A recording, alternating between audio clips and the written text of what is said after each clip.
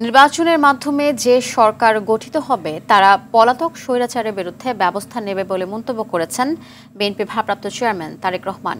বলেন, কিতাবি কিংবা পুঁথিগত সংস্কার দিয়ে ফ্যাসিবাদ ঠেকানো যায় না। পরাজিত স্বৈরাচার আর যেন মাথাচাড়া দিয়ে না উঠতে পারে, সেটাই হবে নতুন রাজনৈতিক বন্দোবস্ত। জাতীয় প্রেস ক্লাবে এবি পার্টির প্রতিষ্ঠা বার্ষিকী অনুষ্ঠানে ভার্চুয়ালি যুক্ত হয়ে এসব কথা বলেন তারেক রহমান।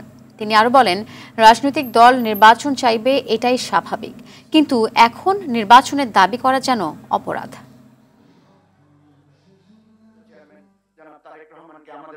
মাধ্যমে আহ্বান জানিয়ে বলতে চাই, সুনির্দিষ্টভাবে জাতীয় নির্বাচনের রোডম্যাপ ঘোষণা করুন।